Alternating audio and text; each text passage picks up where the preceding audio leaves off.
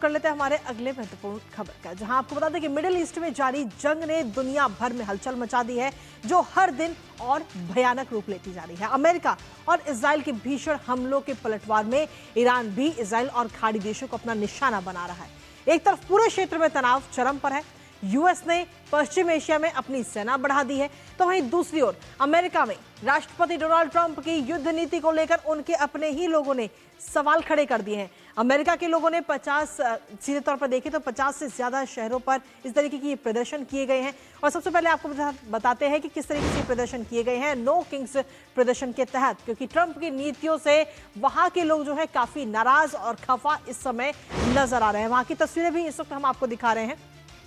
सड़कों पर काफी लाखों की संख्या में वहां पर लोग उतरे हैं, क्योंकि जिस तरीके से महंगाई की अगर हम बात करें तो महंगाई का भी मुद्दा है कहीं ना कहीं, लेकिन इसके साथ ही जो युद्ध जारी है, जो संघर्ष है, उसको भी कहीं ना कहीं लोग इस समय उस पर अपना जवाब देते हुए नजर आ रहे हैं। न्यूयॉर्क, डलास और में अगर हम देखें तो ये रैलियां वहां पर की गई हैं। 50 से ज्यादा शहरों में इस तरीके की ये रैलियां वहां पर की गई हैं। वॉशिंगटन की अगर हम बात करें तो बड़ा प्रोटेस्ट वहां पर भी सामने आया और ट्रंप को अब जाना होगा, इस तरीके के नारे वहां पर लगते हुए नजर आए हैं। ईरान पर हमले का भी विरोध इस समय वहां के लोग, वहां की जो आम पब्लिक है वो करती हुई नजर आ रही है। हालांकि इसके अगर हम इतिहास में जाएं तो इन प्रदर्शनों की अगर हम बात करें तो ये प्रदर्शन आज के नहीं है, बल्कि ये प्रदर्शन शुरू हुए थे जून में और अनुमानित 60 लाख लोग उस वक्त इसमें शामिल हुए थे। अक्टूबर 2025 में प्रदर्शन का ये दूसरा चरण था, जिसमें 2700 से ज्यादा शहरों में रैली निकाली गई, विरोध किया गया और करीब 70 लाख लोगों ने इस प्रदर्शन में हिस्सा लिया था। और अब एक बार फिर से इस तरीके के प्रदर्शनों की ये तस्वीरें सामने आ रही हैं।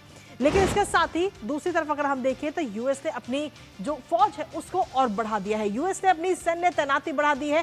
त्रिपोली के आने से टेंशन काफी बढ़ती हुई नजर आ रही है, क्योंकि खाड़ी पहुंचा इस वक्त यूएस का ये युद्धपोत और इसमें इस जहाज पर 3500 सैनिक सवार है। और सिर्फ सैनिक नहीं है, बल्कि फाइटर जेट भी त्रिपोली पर मौजूद हैं। फाइटर जेट की अगर हम बात करें तो F-35 फाइटर जेट्स इस पर तैनात किए गए हैं और फाइटर जेट्स के अलावा कई सी हॉक हेलीकॉप्टर की भी तैनाती इसके साथ ही की गई है।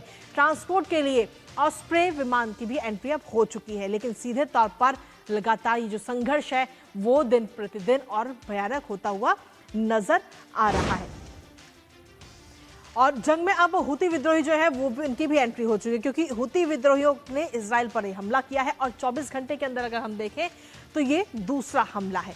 इजराइल पर मिसाइलें और ड्रोन दागे गए हुती विद्रोहियों की तरफ से और ये बात कही गई कि आगे भी हमले जारी रहेंगे। हुतियों का कहना है कि ट्रिगर पर है हमारी उंगलियां और समुद्री व्यापार मार्ग अब बाधित हो सकता है। तो यानी कि जंग में अब हुती विद्रोही भी को भी एंट्री इस समय हो चुकी है। हमारे साथ हमारे सहयोगी अखिलेश सोमन इस वक्त जुड़ गए हैं, सीधा उनका रुख करेंगे ताजा अपडेट के लिए। अखिलेश, फिलहाल ये संघर्ष जो है वो रुकने का नाम नहीं ले रहा, बल्कि दिन प्रतिदिन और ज्यादा बढ़ता हुआ नजर आ रहा है। यूएस की तरफ से सेना और ज्यादा बढ़ा दी गई है, लेकिन वहीं दूसरी तरफ अमेरिकी राष्ट्रपति का उनके ही देश में विरोध भी हो रहा है। देखिए, अमेरिका लोकतंत्र है और लोकतंत्र में विरोध का होना लाजमी है। सभी तरह के वॉइस रहते हैं ऐसे देशों में और ऐसे देशों में लोग प्रदर्शन करते हैं। डोनाल्ड ट्रंप को पहले भी इस तरह के प्रदर्शनों का सामना करना पड़ा था और आज भी जब वो ईरान में युद्ध में है तो उस समय भी प्रदर्शनों का सामना करना पड़ रहा है उनको। इसके अलावा आपने देखा कि किस तरीके से कांग्रेस में इस युद्ध के बारे में प्रस्ताव आया। कांग्रेस के लोगों ने इस युद्ध की आलोचना की, हालांकि वो प्रस्ताव पारित नहीं हो पाया और ट्रंप को ये अधिकार दे दिया गया कि हाँ इस युद्ध को जारी रख सकते हैं। लेकिन चूंकि लोकतांत्रिक व्यवस्था है इसलिए उनको ये सारी चीजें देखनी पड़ रही है, हमको भी देखनी पड़ रही है, हम भी देख रहे हैं। लेकिन जो जिस तरीके का जंग है, जंग में जो 28 फरवरी से जो जंग शुरू हुई है इसके बाद लगातार वो बढ़ती ही जा रही है और लगातार इसलिए भी बढ़ती जा रही है कि ईरान भी उसका पुरजोर जवाब दे रहा है। हो सकता है उनका असेसमेंट ऐसा होगा कि ईरान इतने ज्यादा देर तक, 1 महीने हो गए, उतने दिन तक वो अब जंग को जारी नहीं कर पाएगा। लेकिन ईरान ने भी बहुत रणनीतिक तरीकों से उन्होंने यूएस की जो बेसेज है जितने मध्य एशिया में, वेस्ट एशिया में उन सारी जगहों पे उन्होंने हमले करके अमेरिका को भी असहज कर दिया है। इजराइल में भी वो लगातार हमले कर रहे हैं, नागरिक ठिकानों पे भी हमले हो रहे हैं। तो इजराइल में भी विरोध हो रहा है, ऐसा नहीं कि केवल अमेरिका में, इजराइल में भी विरोध हो रहा है इस युद्ध का। और दूसरी तरफ है जो है जो मरीन जो कमांडर्स हैं, मरीन कमांडरों ने अपने मरीन जो उनके वो सैनिक होते हैं जो समुद्र से जाते हैं ग्राउंड अटैक करने के लिए किसी देश में।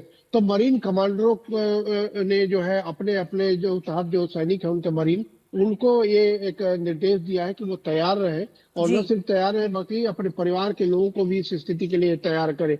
तो एक तरीके से मुझे लगता है कि जंग जो है, जंग अभी भी लगातार बढ़ रही है, और बिल्कुल। जंग में रुकने की कोई स्थिति अभी तक इसलिए नहीं बन रही कि ईरान की तरफ से कोई माकूल जवाब अभी तक नहीं आया है जी। समझौते का।